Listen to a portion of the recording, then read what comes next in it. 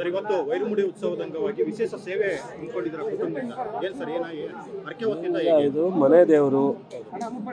ನಮ್ಮ ತಾತ ಕಾಲದಿಂದನೂ ನಾವೆಲ್ಲ ನಮಗೆ ಕುಲದೇವರು ಅಂತ ಹೇಳ್ತಾರೆ. ಎಲ್ಲರಿಗೂ ಎಲ್ಲ ಕುಟುಂಬಕ್ಕೂ ಒಂದೊಂದು ಮನೆ ದೇವರು, ಹೆಣ್ಣು ದೇವರು, ಗಂಡು ದೇವರು ಇರುತ್ತೆ. ಹಾಗೆ ನಮಗೆ ಚಲುವರಾಯಣ ಸ್ವಾಮಿ ಮನೆ ದೇವರು. ಭಾಳ ವರ್ಷದಿಂದ ಬರ್ತಿದ್ದೋ ಏನಾದರೂ ಮಾಡಬೇಕು ಅಂತ ನಮ್ಮ ಶ್ರೀಮತಿ ಧನಲಕ್ಷ್ಮಿಯವರು ಏನಾದರೂ ಇಲ್ಲಿ ಕೊಡಬೇಕು ಅಂತ ಹೇಳಿ ಇಲ್ಲಿಯ ಪೂಜೆ ಮಾಡ್ತಕ್ಕಂಥ ಎಲ್ಲರನ್ನೂ ಕೇಳಿದಾಗ ಭಾಳ ದಿವಸದಿಂದ ಇಲ್ಲೊಂದು ಛತ್ರಿ ಬೇಕಾಗುತ್ತೆ, ಅದನ್ನು ಮಾಡಿಸ್ಕೊಡೋದಾದರೆ ಮಾಡಿಸ್ಕೊಡಿ ಅಂತ ಹೇಳಿದರು. ಹಾಗಾಗಿ ಅದರ ಮಹತ್ವ ಮತ್ತು ಅದರ ಹಿನ್ನೆಲೆ ನಮಗೆ ಗೊತ್ತಿಲ್ಲ. ಒಟ್ಟು ಒಂದು ಏನಾದರೂ ಅರ್ಪಿಸ್ಬೇಕು ದೇವರಿಗೆ ಅಂದಾಗ ಅದನ್ನು ಅವ್ರು ಹೇಳಿದ್ರು. ಅದನ್ನು ನಮ್ಮ ಧನಲಕ್ಷ್ಮಿಯವರು ಮಾಡಿದರು. ಇವತ್ತೇ ಕೊಡೋದು ಸೂಕ್ತವಾದ್ದು ಅಂತ ಹೇಳಿ ಕಳೆದ 2 ತಿಂಗಳಿಂದ ನಾವು ಕೊಡ್ಲಿಕ್ಕೆ ಬಂದಾಗ ಅವತ್ತು ಬೇಡ, ಇವತ್ತು 5 ದಿವಸ ಕೊಡಿ ಅಂತ ಅಂದರು. ಹಾಗಾಗಿ ಸಮರ್ಪಣೆ ಮಾಡಿದ್ದೀವಿ ಅಷ್ಟೇ. ಆ ಥರ ಏನಿಲ್ಲ, ಎಲ್ಲರಿಗೂ ಒಳ್ಳೆಯದಾಗಬೇಕು. ಇಡೀ ಕಲ್ಯಾಣ ನಾಡಿನ ಎಲ್ಲ ಜನಕ್ಕೆ ನೆಮ್ಮದಿ ಸಿಗಬೇಕು, ಮಳೆ ಬೆಳೆ ಇಲ್ಲ, ಒಳ್ಳೆಯದಾಗಬೇಕು. ನಮ್ಮ ಕುಟುಂಬಕ್ಕೆ ಅಷ್ಟೇ, ನಮ್ಮ ಸ್ನೇಹಿತರಿಗೆ ಅಷ್ಟೇ ಅಲ್ಲ, ಇಡೀ ನಾಡಿಗೆ ಒಳ್ಳೆಯದಾಗಬೇಕು ಅಂತ ಚಲುವರಾಯಣ ಸ್ವಾಮಿನ ಕೇಳ್ಕೊಂಡಿದ್ವಿ. ಅದ್ರಲ್ಲಿ ನಮ್ಮದು ಸ್ವಾರ್ಥ ಇರುತ್ತೆ. ಚುನಾವಣೆಗೆ ಹೋದಾಗ ನನಗೆ ಗೆಲ್ಸಪ್ಪ ಅಂತ ಕೇಳ್ಕೊಳ್ಳೋದು, ಮಕ್ಕಳು ಬಂದಾಗ ಮದುವೆ ಮಾಡಿಸಪ್ಪ, ಒಳ್ಳೆ ಸೊಸೆ ಕೊಡಪ್ಪ ಅಂತ ಕೇಳೋದು ಸಹಜವಾಗಿ. ಆ ರೀತಿ ಕೇಳ್ಕೊಂಡ್ವಿ. ಅದರ ಮೂಲ ಉದ್ದೇಶ ನಮ್ಮ ಗುರುಗಳು ನಮಗೆ ಕಲಿಸಿರೋದು ಎಲ್ರಿಗೂ ಒಳ್ಳೆಯದಾಗಲಿ ಅಂತ ಕೇಳ್ಕೋಬೇಕು ಅಂತ ಕಲಿಸಿದ್ದಾರೆ ನಮ್ಮ ಗುರುಗಳು. ಹಾಗಾಗಿ ನಾವು ಇಡೀ ನಾಡಿನ ಎಲ್ಲ ಜನರಿಗೂ ಒಳ್ಳೆಯದಾಗಲಿ ಅಂತ.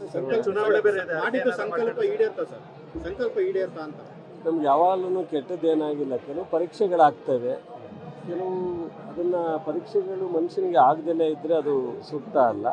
ಬಟ್ ನಾವು ಹಂಗೆ ಬೇರೆಯವ್ರ ಥರ, ಬೇರೆಯವ್ರು ಹೇಳ್ತಾರಲ್ಲ ನಾವು ವೀರ ಶೂರು ಅಂತ, ಆ ಥರ ನಾವೇನು ವೀರರೂ ಅಲ್ಲ ಶೂರರೂ ಅಲ್ಲ. ನಾವು ಸಾಮಾನ್ಯ ಜನ, ಸಾಮಾನ್ಯ ಕುಟುಂಬ. ಅವಕಾಶ ಕೊಟ್ಟಾಗ ಸೇವೆ ಮಾಡ್ತೀವಿ, ಅವಕಾಶ ತಪ್ಪಿದಾಗ ಸಮಾಧಾನವಾಗಿರ್ತೀವಿ. ಅದನ್ನು ನಮ್ಮ ಅಪ್ಪ ಅಮ್ಮದಿರು ಕಲಿಸೋರೆ, ಸ್ನೇಹಿತರು ಕಲಿಸೋರೆ, ನಮ್ಮ ಕುಟುಂಬದವರು ಕಲಿಸೋರೆ, ತಂದೆ ತಾಯಿನೂ ಕಲಿಸಿದವರು, ನಮ್ಮ ಗುರುವು ಪಾಠ ಹೇಳ್ಕೊಟ್ಟವ್ರೆ. ಅದರಿಂದ ನಾನು ಯಾವುದೇ ಥರದ ಉದ್ವೇಗ ಆಗೋದಾಗಿ, ಅತಿಯಾದಂಥ ವ್ಯಾಮೋಹಕ್ಕೊಳಗಾಗೋದಾಗಿ ಅದನ್ನು ಅಭ್ಯಾಸ ಇಲ್ಲ.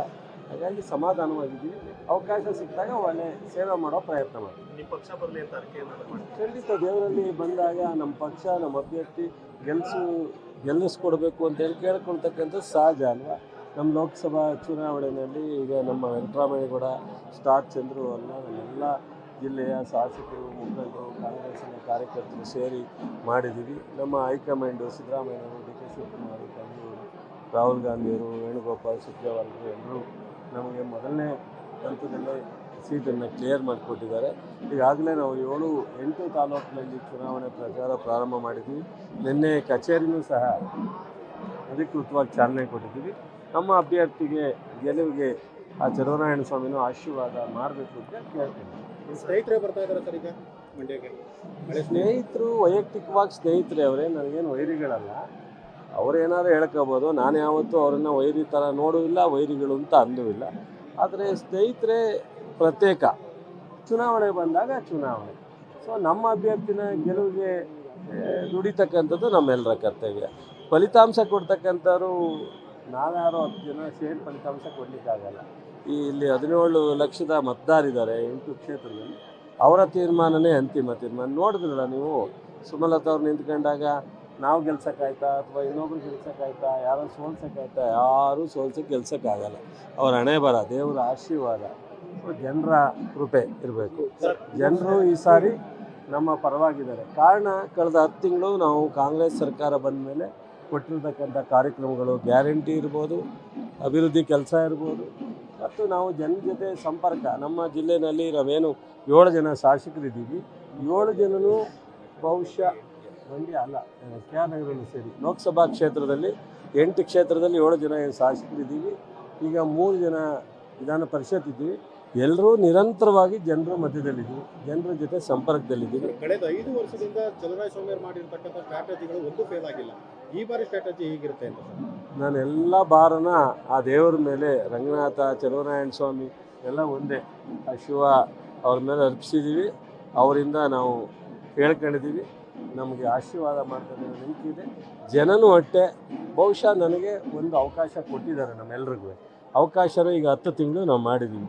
ಇನ್ನು 4 ವರ್ಷ 2 ತಿಂಗಳಿದೆ. ಅಷ್ಟಾಗಿ ಫೇಲ್ ಆದಾಗ ಮುಂದೆ ನಾವು ಪನಿಷ್ಮೆಂಟ್ ಕೊಟ್ಟು ಅದನ್ನು ತಗೋತೀವಿ. ಅರ್ಧಂಬರ್ಧಂ ಕೊಟ್ಟಾಗ ಈ ಜಿಲ್ಲೆಯ ಅಭಿವೃದ್ಧಿಗೆ ತೊಗೊಂಡೋಗ್ಲಿಕ್ಕೆ ಆಗಲ್ಲ. ಪೂರ್ಣ ಪ್ರಮಾಣದಲ್ಲಿ ನನಗೆ ಮತ್ತು ನನ್ನ ಸ್ನೇಹಿತರ ಜೊತೆಯಲ್ಲಿ ನಮ್ಮ ಸರ್ಕಾರಕ್ಕೆ ಶಕ್ತಿ ಕೊಟ್ಟಾಗ ಇನ್ನು ಉಳಿದಿರ್ತಕ್ಕಂಥ 4 ವರ್ಷ 2 ತಿಂಗಳಲ್ಲಿ ನಾವು ಸಕ್ರಿಯವಾಗಿ ಈ ಜಿಲ್ಲೆಯ ಅಭಿವೃದ್ಧಿಗೆ ಸ್ಪಂದಿಸ್ತೀವಿ. ಅದೇನಾದ್ರು ನಾವು ವ್ಯತ್ಯಾಸ ಆದರೂ ನಾನಿರ್ಬೋದು, ನಮ್ಮ ಶಾಸಕರಿರ್ಬೋದು, ಸರ್ಕಾರದ ಮುಖ್ಯಮಂತ್ರಿಗಳಿರ್ಬೋದು, ಉಪಮುಖ್ಯಮಂತ್ರಿಗಳಿರ್ಬೋದು, ನಾವು ವ್ಯತ್ಯಾಸ ಆಗಿ ಅಭಿವೃದ್ಧಿಗೆ ಜನರ ಎಕ್ಸ್ಪೆಕ್ಟೇಷನ್ ಥರ ಮಾಡ್ದಲೇ, ಜನರ ಸಮಸ್ಯೆಗೆ ಸ್ಪಂದಿಸ್ತಲೇ, ಜನರ ದಿನನಿತ್ಯ ಆಡಳಿತದ ಬಗ್ಗೆ ಏನಾದ್ರು ಲೋಪದೋಷಗಳು ಕಂಡಲ್ಲಿ ಮುಂದೆ 4 ವರ್ಷಕ್ಕೆ ನಮಗೆ ಪನಿಷ್ಮೆಂಟ್ ಕೊಡಲಿಕ್ಕೆ ಜನರ ಕೈಯಲ್ಲೇ ಹೋಗ್ತೀವಿ, ಜನರ ಮುಂದೆನೇ ಹೋಗ್ತೀವಿ. ಆವಾಗ ಅದು ಕೊಟ್ಟರೆ ನಾವು ಸ್ವೀಕಾರ ಮಾಡ್ತೀವಿ. ಇವಾಗ ನಮಗೆ ಅರ್ಧಂಬರ್ಧಂ ಶಕ್ತಿ ಕೊಟ್ಟರೆ ನಾವು ಒಳ್ಳೆ ಕೆಲಸ ಮಾಡಲಿಕ್ಕೆ ಕಷ್ಟ ಆಗುತ್ತೆ. ಅದರಿಂದ ದೇವರಲ್ಲಿ ಜನರಲ್ಲಿ ಬೇಡ್ತೀವಿ. ಗೆಲುವಿನ ನಾಗಲೋಟ ಅವ್ರ ಪ್ರಯತ್ನ ಅವ್ರು ಮಾಡಲಿ, ಅವ್ರ ಪ್ರಯತ್ನ ಮಾಡೋದು ತಪ್ಪು ಅಂತ ಹೇಳಲ್ಲ. ನಾವು 8 ಕ್ಷೇತ್ರ ಸೋತಾಗ ಲೋಕಸಭಾ ಕ್ಷೇತ್ರದಲ್ಲಿ ನಾವು ಯಾವ ರೀತಿ ಅವರಿಂದ ಜನರ ಆಶೀರ್ವಾದ ಕೇಳಿ ಹೋರಾಟ ಮಾಡೋದು ಹೀಗೇನೆ ಹೇಳಿ ಅವರು ಮಾಡಲಿ. ಗೆಲುವಿನ ನಾಗಲೋಟ ಮುಂದುವರಿಯುತ್ತಾ ಈಗ ಖಂಡಿತ ಗೆಲ್ತೀವಿ. ಒಳ್ಳೇದು ಅವ್ರಿಗೂ ಕುಮಾರಸ್ವಾಮಿಯವರ ಆರೋಗ್ಯ ಚೆನ್ನಾಗಿರಲಿ. ನಾನು ಸಹ ಚಲುವರಾಯಸ್ವಾಮಿ ಸನ್ನಿಧಿಲಿ ಕೇಳಿದ್ದೀರಾ, ಅವ್ರಿಗೆ ಬೇಗ ರಿಕವರಿ ಆಗಲಿ ಅಂತೇಳಿ ನಾನು ಥ್ಯಾಂಕ್ಸ್. ನ್ಯೂಸ್ ಫಸ್ಟ್ ನಿರ್ಭೀತಿಯಿಂದ ನಿಮ್ಮ ಪರವಾಗಿ.